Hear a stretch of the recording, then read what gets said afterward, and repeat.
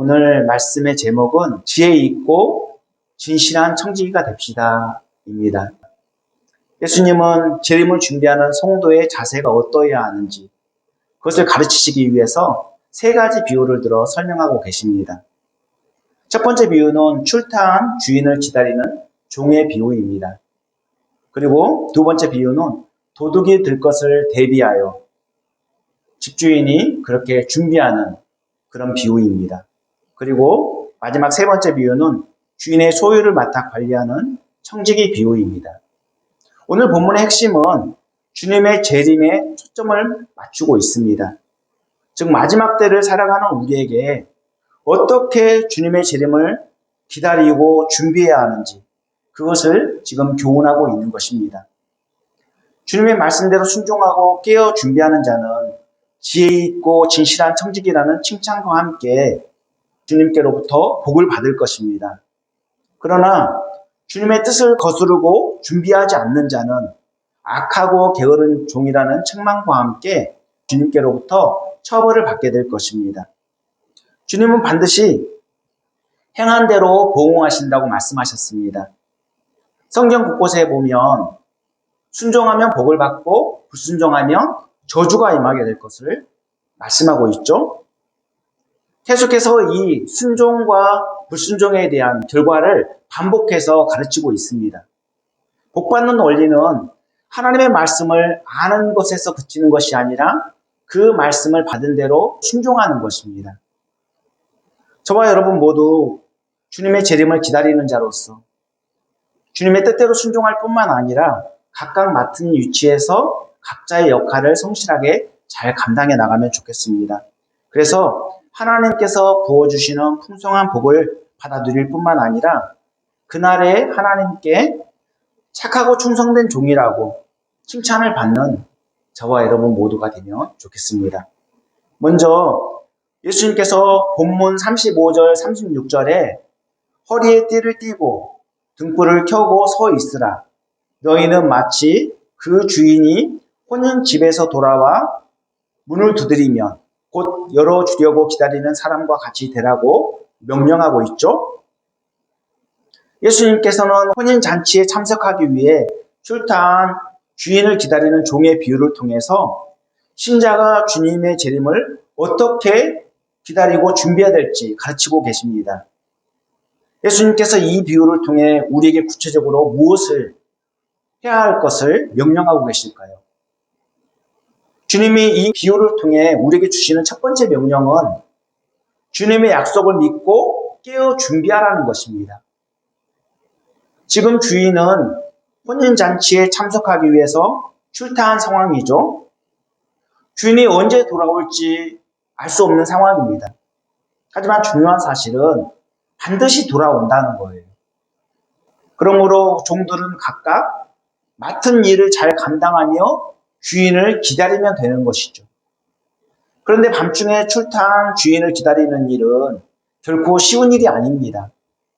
하루 종일 일하고 몸이 고단한 상태, 더군다나 밤이 되면 누구나 예의 없이 졸음이 쏟아지기 마련이죠. 주인이 결혼식에 참석하기 위해 출타한 때가 저녁이거든요. 저녁이니까 종들은 밤중에 주인을 지금 기다려야 되는 상황입니다.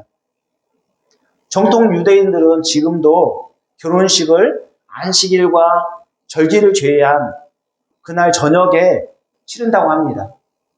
유대인들이 밤에 결혼식을 거행하는 이유가 있습니다. 그 이유가 뭘까요? 첫째는 낮에는 너무 덥기 때문에 그래요. 낮에는 너무 더워서 예식을 하기가 힘들어요.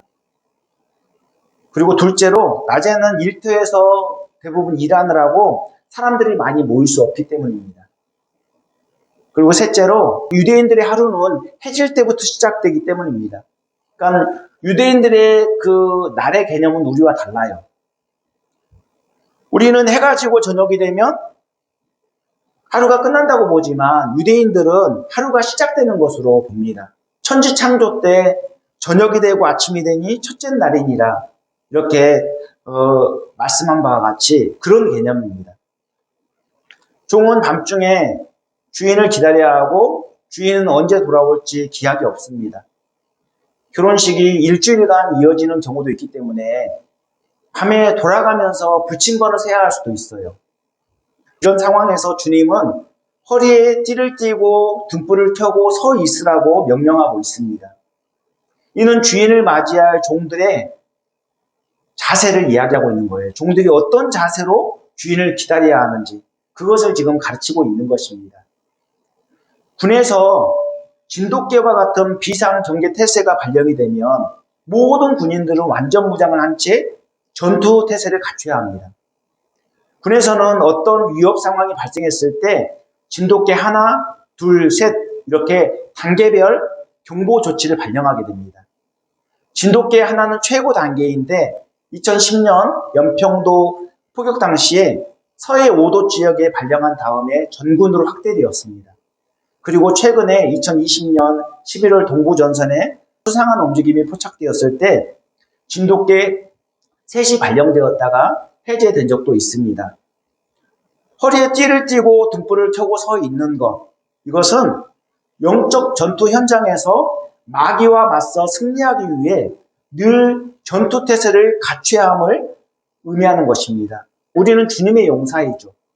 주님의 용사로서 완전 무장을 하고 마귀와 싸워 이기기 위해서 준비하고 있어야 된다는 거예요. 예수님이 살았던 그 당시 군인들은 포대자루 같은 통으로 된 옷을 걸쳐 입었습니다. 그러니까 허리띠를 졸라 매지 않으면 너풀거리고 거추장스러워서 제대로 싸울 수가 없는 거예요. 우리도 어떤 일을 집중하기 위해서 허리띠를 졸라 맨다고 표현하지 않습니까? 이런 것처럼 방심하지 않고 깨어 준비하는 자세를 지금 주님은 이야기하고 있는 것입니다. 그리고 등불을 켠다는 것도 마찬가지입니다. 기름을 준비한 슬기로운 다섯 처녀처럼 기름을 준비하고 있어야지 신랑이 왔으니 맞으러 나오라 이렇게 이야기할 때 즉시 달려나가 맞이할 수 있는 것 아니겠습니까? 그리고 서 있으라는 것도 깨어 준비하는 지속성을 이야기하고 있는 것입니다. 일시적으로 순간적으로 깨어 있는 게 아니라 계속해서 지속적으로 깨어 있으라는 그런 표현입니다. 마귀가 늘 우는 사자처럼 삼킬자를 두루 찾고 있는 이런 상황 속에서 우리는 한시도 영적 긴장을 늦출 수가 없는 것이죠. 늘 깨어서 그렇게 맞서 싸우기 위해서 준비하고 준비 태세를 갖추고 있어야 된다는 것을 이야기하고 있는 것입니다.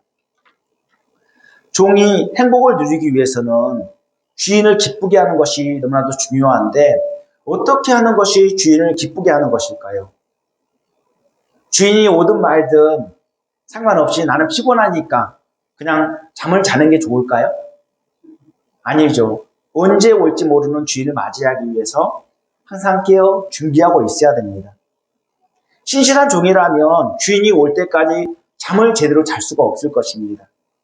아무리 졸음이 쏟아져도 주인이 올 때 흐트러진 모습을 보이지 않으려고 최선을 다하지 않겠습니까? 당시 종은 주인의 소유물처럼 여겨지던 시대였습니다. 주인은 종의 생사 여탈권까지 가지고 있었어요. 그러므로 주인의 마음에 거슬리면 어떤 화를 당하게 될지 모르는 위압감을 갖고 있었던 것이죠. 종은 주인이 출타할 때 출입문을 열고 배웅한 것처럼 언제든 복귀해서 출입문을 두드리면 출입문을 열고 달려나가 영접해야만 했습니다. 그것이 종에게 주어진 사명이었어요.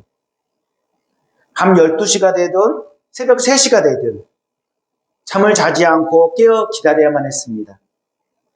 혹 하루나 이틀 닷새 머물다가 올지도 모르는 상황입니다. 언제 올지 모르는 그런 가운데 가까운 시일 안에 주인이 오기 때문에 그 자리를 지켜야만 하는 그런 상황입니다. 현재의 고난은 장차 올 영광과 비교조차 할 수 없다 이렇게 바울이 이야기하였죠. 이 말씀처럼 그 장차 올 영광이 있기 때문에 그 고난을 다 감수할 수 있는 것이죠. 성경은 청지기로서 사명을 잘 감당할 때 반드시 보상이 따른다는 것을 피력하고 있습니다. 그래서 본문 38절에 주인이 혹 2경에나 혹 3경에 이르러서도 종들이 그같이 하고 있는 것을 보면 그 종들은 복이 있으리로다 라고 말씀하고 있습니다. 이경이라고 하면 우리 시간으로 밤 9시부터 자정까지를 이야기하고요. 삼경이라고 한다면 자정부터 새벽 3시까지를 이야기합니다. 온종일 일하고 고단한 상태에서 기약 없이 주인을 기다린다는 것은 결코 쉬운 일이 아닙니다.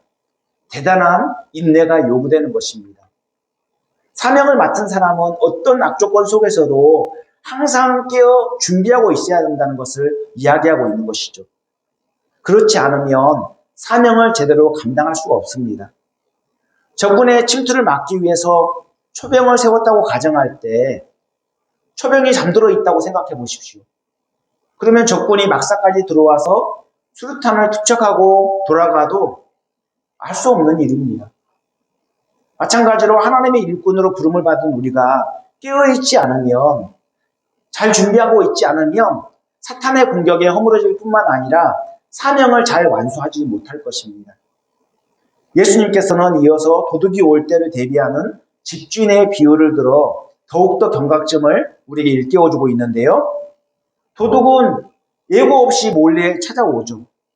그러므로 항상 깨어 대비하고 있지 않으면 안 된다는 말씀입니다.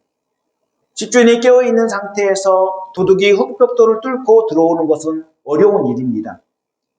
그러나 대비를 소홀히 한다면 도둑이 쉽게 침입할 뿐만 아니라 주인의 그 소중한 재산을 다 도둑맞게 될 것입니다.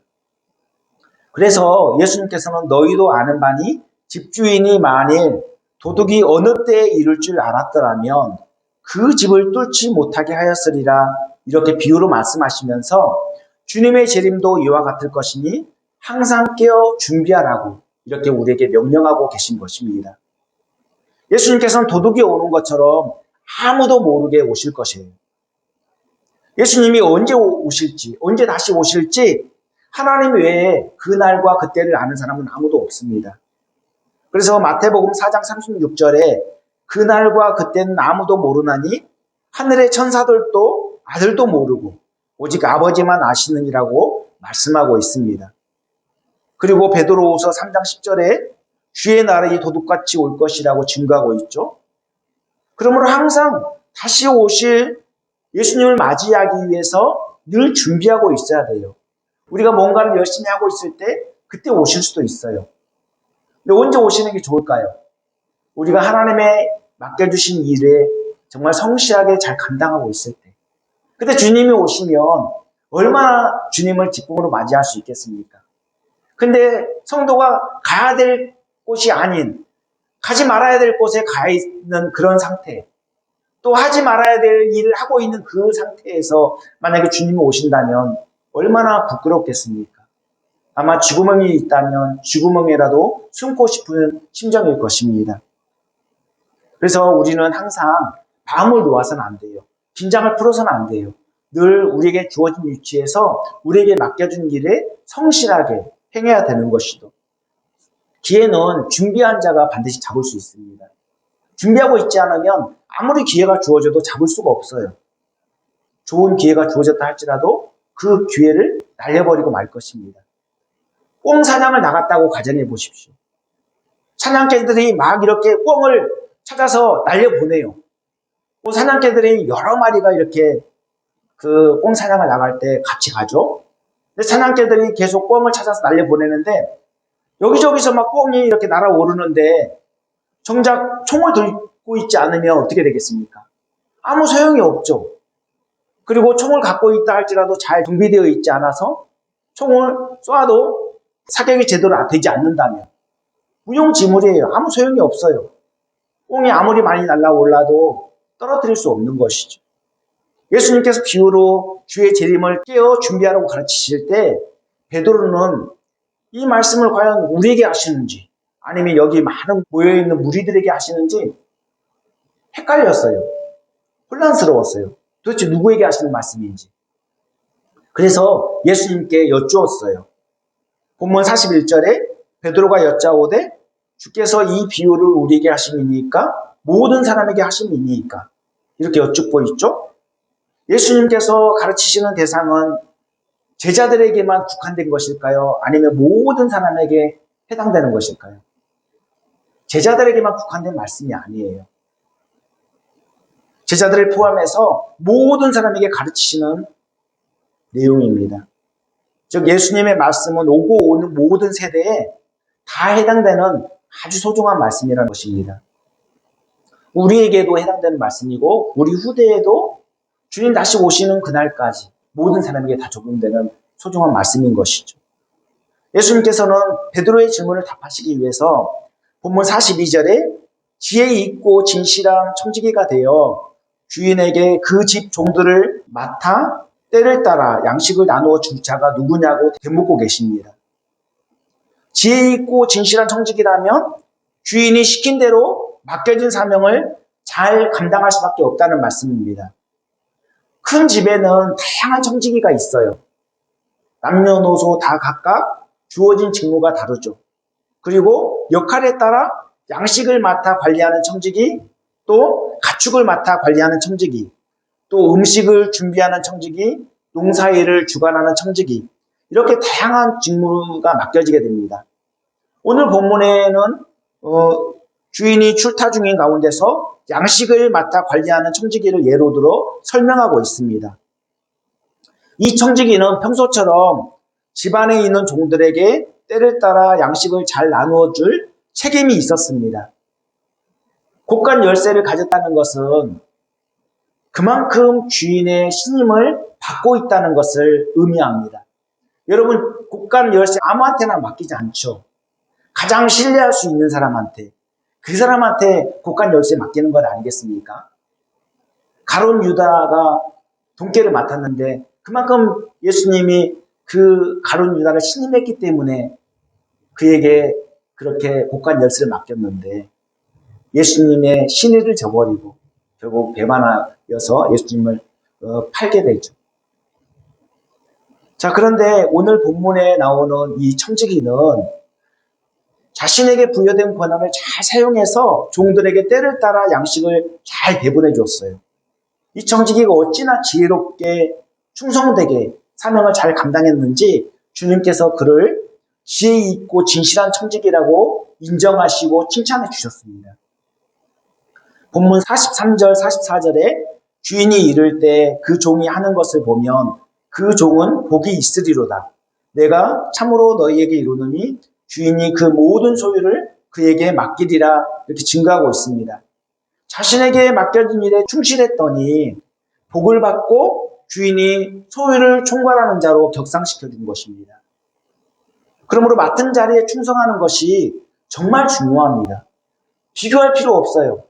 나에게 맡은 일을 잘 감당하며 그것을 또 인정을 받고 더 큰 일도 맡겨주신다는 것입니다. 그러므로 결코 자신에게 맡겨진 일을 가볍게 보아서는 안 됩니다. 작은 일에 충성된 자가 더 큰 일을 맡겨줘도 잘 감당할 수 있는 법이죠. 마태복음 25장 달란트 비유에 보면 반복되는 칭찬이 있습니다. 이게 뭐냐면 착하고 충성된 종아, 내가 작은 일에 충성하였음에 내가 많은 것을 내게 맡기리니 내 즐거움에 참여할지어다. 이런 칭찬입니다. 5달란트 받은 자와 2달란트 받은 자는 이 칭찬을 받았어요. 모두 다 각자에게 받은 달란트를 잘 활용해서 갑절을 남김으로써 주님으로부터 이러한 칭찬을 받았습니다. 그런데 1달란트 받은 자는 받은 달란트를 땅에 묻어두었다가 도로 주님께 가져왔습니다. 그래서 주님께로부터 악하고 게으른 종이라고 그렇게 책망을 들어야만 했습니다. 주님은 그에게서 그 1달란트 가지고 있는 그것조차도 빼앗아서 10달란트 가진 자에게 주라고 명령했습니다. 그리고 이 무익한 종을 바깥 어두운 데 내쫓으라. 거기서 슬피 울며 이를 갈리라고 말씀하고 있습니다.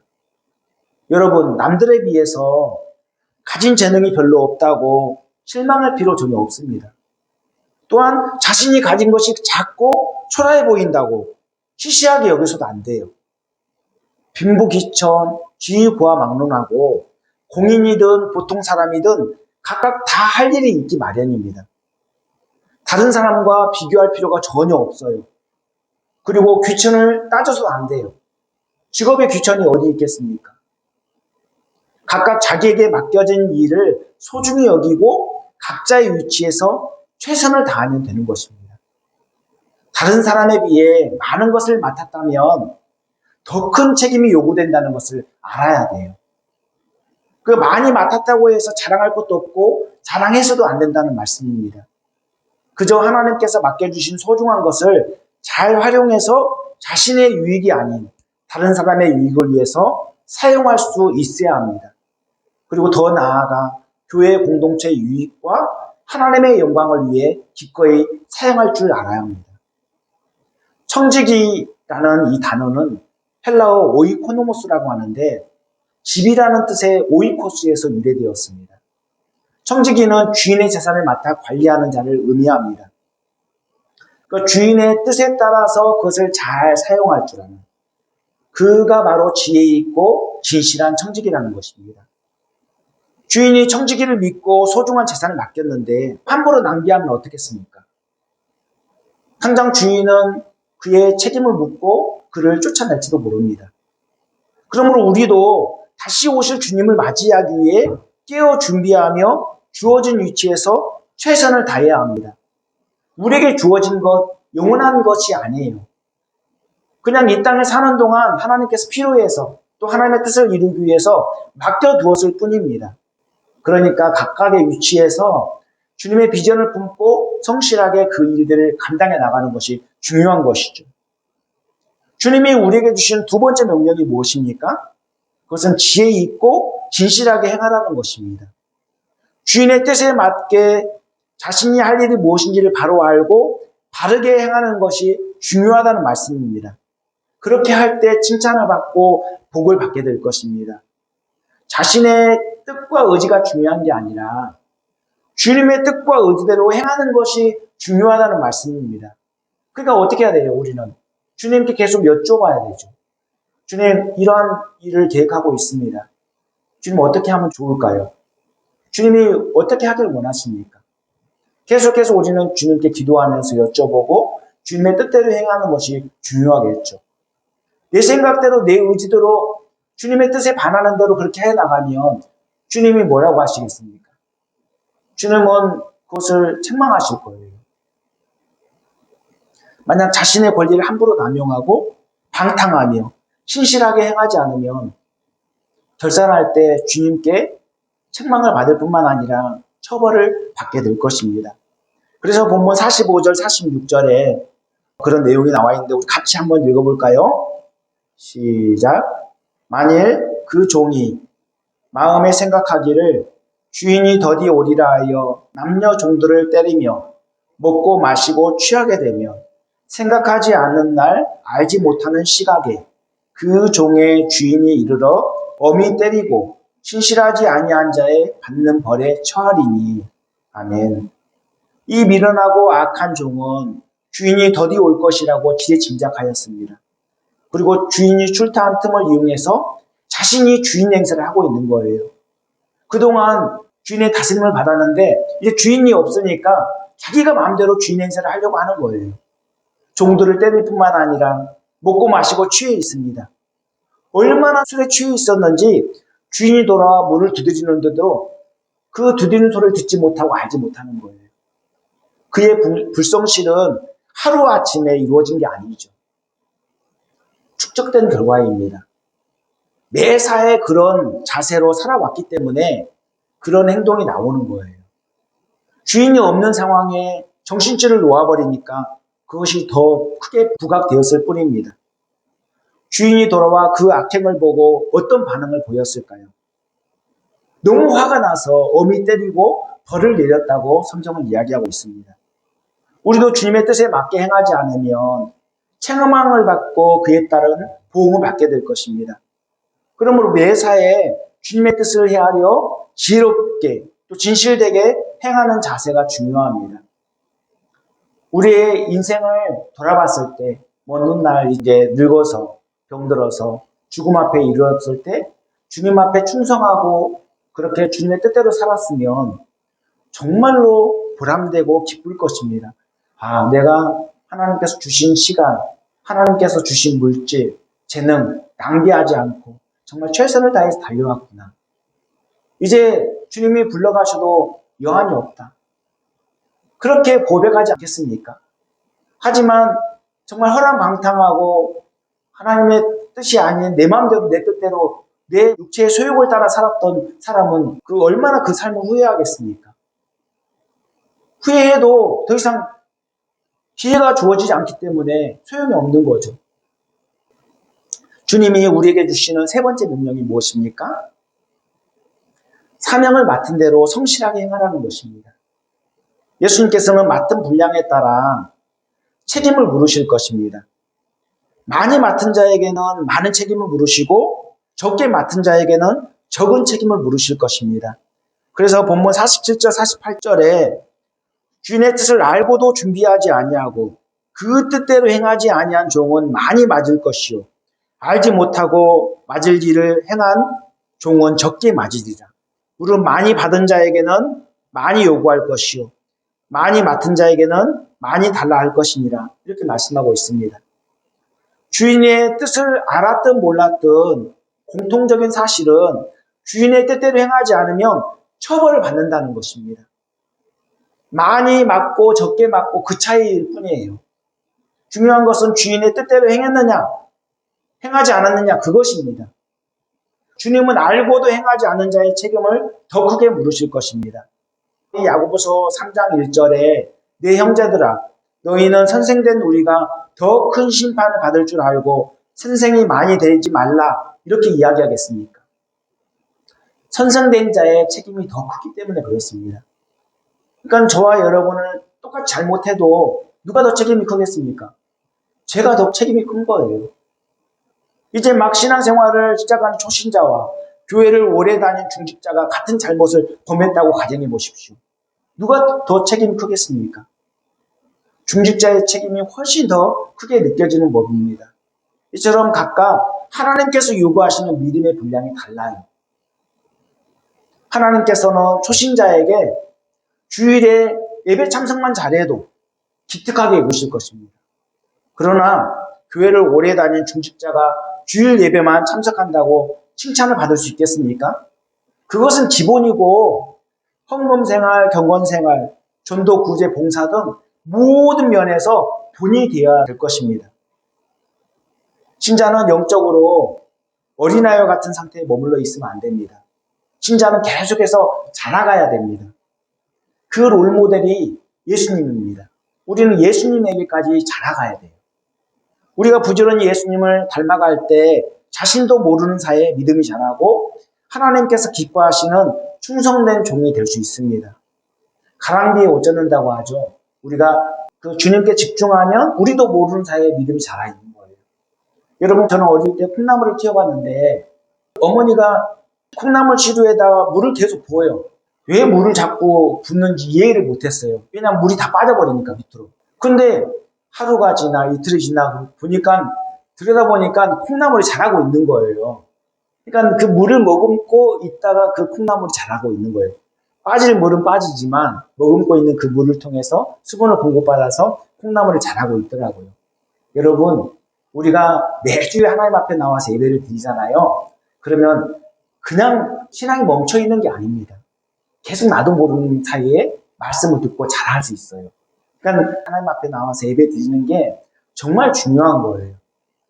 우리는 눈에 띄지 않으니까 우리 신앙이 멈춰 있는 것 같지만 우리의 신앙은 계속 자라고 있어요. 중요한 것은 우리가 매주 하나님께 집중하는 자세. 이것이 중요한 것이죠. 하나님께서 각 사람에게 감당할 만큼 사명을 맡기시고 또 직접 도우십니다. 그러므로 중책을 맡았다고 해서 두려워할 이유가 전혀 없습니다. 하나님께 은혜를 구하고 맡은 자리에서 최선을 다하면 되는 것입니다. 오직 맡은 자에게 구할 것은 충성뿐입니다. 사실 하나님께서 무익한 종에게 막중한 사명을 맡겨주셨다는 것이 얼마나 감사하고 영광스러운 일입니까? 그런데 마치 자신이 대단한 사람인 것처럼 우쭐대고 맡은 일을 게을리한다면 그는 악하고 게으른 종이라고 책망받게 될 것입니다. 지혜 있고 진실한 청지기는 어떤 상황과 환경 속에서도 맡은 사명을 잘 감당하는 자입니다. 요셉은 형들의 미움을 받아서 애굽의 노예로 팔려갔죠. 그런데도 그는 하나님과 형제들을 원망하거나 불평하지 않았어요. 그냥 하나님의 섭리로 받아들였습니다. 그리고 어떤 상황과 환경 속에서도 자신에게 맡겨진 그 역할을 성실하게 잘 감당해 나갔습니다. 17살에 애굽의 팔려와 바로의 친위대장 보디발 장군의 가정총무로 일할 때도 맡겨진 사명을 잘 감당했죠. 그리고 보디발의 아내를 겁탈하려 했다는 그런 억울한 누명을 쓰고 옥살이를 할 때도 간수장이 맡긴 그 재반 사물을 잘 맡아 처리하였습니다. 그리고 바로의 꿈을 해몽해주고 애굽의 국무총리가 되었을 때도 지혜롭게 국정 운영을 잘해서 그 온 땅에 임한 극심한 기근을 잘 이겨낼 수 있었습니다. 우리는 가정과 교회, 사회 등 다양한 영역에서 다양한 역할을 감당하며 살아가게 됩니다. 공부하는 학생에게는 학교에서, 또 군인은 군대에서, 직장인은 회사에서 각각 다양한 포지션에서 사명을 감당할 것입니다. 그런데 어떤 분들은 사회적 지위는 굉장히 중요하게 생각하면서 교회 직분을 시시하게 여기는 사람이 있습니다. 이는 잘못된 것이고 하나님을 업신여기는 행위입니다. 사회적 지위도 중요하고 교회 직분도 중요합니다. 어느 것이 더 중요하고 덜 중요하고 우열을 가릴 수 없습니다. 다 그 각각 맡겨진 위치에서 최선을 다해야 되는 것입니다. 지혜 있고 진실한 청지기는 하나님께서 어느 위치에 어떤 역할을 맡겨주시든 충성하는 자입니다. 저와 여러분 모두 어떤 어려움 속에서도 다른 사람과 비교하지 말고 각각 주어진 위치에서 사명을 감당하기 위해서 최선을 다하면 좋겠습니다. 반드시 주님은 다시 오신다고 약속하셨지 않습니까? 결산할 때가 있다는 거예요. 그때 주님 앞에 섰을 때 착하고 충성된 종이라고 그렇게 칭찬을 받아야 되지 않겠습니까? 그러기 위해서 우리에게 주어진 시간, 그 주어진 시간 동안 주님의 재림을 그렇게 준비하며 기다리며 주님의 뜻에 합당한 삶을 살아가야 될 것입니다. 이제 말씀 마치려고 합니다. 예수님께서는 오늘 본문의 비유를 통해서 두 부류의 청지기를 비교하면서 설명하셨습니다. 예수님께서 칭찬하시는 청지기는 주인의 뜻에 순종하는 지혜롭고 진실한 청지기입니다. 그는 허리에 띠를 띠고 등불을 켜고 서서 주인이 언제라도 돌아와 문을 두드리면 즉시 열어주려고 대기하였습니다. 그리고 주인이 출타 중인 가운데서 평소처럼 집안에 있는 종들에게 때를 따라 양식을 나누어 주었습니다. 드디어 주인이 돌아와 문을 두드리자 그는 즉시 문을 열어주고 영접하였습니다. 주인은 깨어있는 종들을 보고 흡족한 마음으로 손수 허리에 띠를 띠고 종들을 자리에 앉힌 다음 잘 대접하였습니다. 뿐만 아니라 지혜롭고 진실한 청지기에게 자신의 모든 소유를 맡겨 관리하게 하였습니다. 반면 미련하고 악한 청지기는 주인이 더디어 올 것이라고 짐작하고 주인 행세를 하였습니다. 그래서 종들을 때리고 먹고 마시고 취해 있었죠. 술에 취해 주인이 돌아와 문을 두드리는데도 알지 못했습니다. 그래서 주인은 그의 악행을 보고 대노하며 엄히 때리고 벌을 내렸습니다. 예수님께서는 우리에게 다시 오실 주님을 맞이하기 위해 어떻게 준비하고 있는지 지금 묻고 계십니다. 주님은 반드시 다시 오신다고 말씀하셨는데 신자가 이 땅에 사는 동안 집중할 것이 무엇일까요? 하나님께 집중하고 하나님의 뜻이 무엇인지를 바로 알고 행하는 것이 중요한 것 아니겠습니까? 언제 주님 재림하실지 모르는 상황 속에서 청지기로서 본연의 사명에 충실한 것이 우리에게도 너무나도 중요합니다. 하나님의 나라는 이미 도래했지만 아직 완성되지 않았죠. 그래서 이미와 아직이라는 긴장 상태에 놓여 있는 것입니다. 주님이 다시 오시면 하나님의 나라는 완성될 것이고 더 이상 기회는 주어지지 않아요. 육신의 호흡이 끊어지면 개인의 종말이 오는 것처럼 주님이 다시 오시면 모든 역사는 다 종결되게 되어 있습니다. 그러므로 기회 있을 때 부지런히 주님 맞을 준비를 잘 하는 것이 중요합니다. 다시 오실 주님을 기쁨으로 맞이하기 위해 우리가 할 일이 무엇입니까? 첫째, 주님의 약속을 믿고 깨어 준비하는 것입니다. 둘째, 지혜 있고 진실하게 행하는 것입니다. 셋째, 사명을 맡은 대로 성실하게 행하는 것입니다. 우리는 하나님의 일을 맡은 청지기입니다. 우리가 할 일은 우리 자신이 먼저 하나님의 뜻을 바로 알고 바로 행하는 것입니다. 그리고 교회 공동체의 유익을 도모하고 하나님의 영광을 드러내야 합니다. 그리고 더 나아가 천하 만민에게 복음을 전함으로써 방황하는 영혼들을 주께로 돌아오게 해야 할 것입니다. 우리는 어떤 조건 속에서도 자신의 처지를 비관하지 말고 맡은 위치에서 최선을 다해야 합니다. 비록 가진 것이 미약하고 감당할 힘이 부족하지만 예수님을 믿고 의지하며 충성하면 지혜 있고 진실한 청직이라고 인정을 받게 될 것입니다.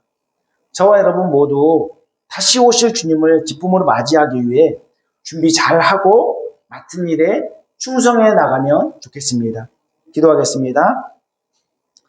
사랑과 은혜가 풍성하신 하나님, 우리에게 하나님의 뜻을 알려주시고 하나님의 청지기로 살도록 인도해 주시니 참으로 감사드립니다. 때로 세상에서 우리의 정체성과 사명을 잊고 우리가 주인 행세를 하며 살 때가 많았습니다.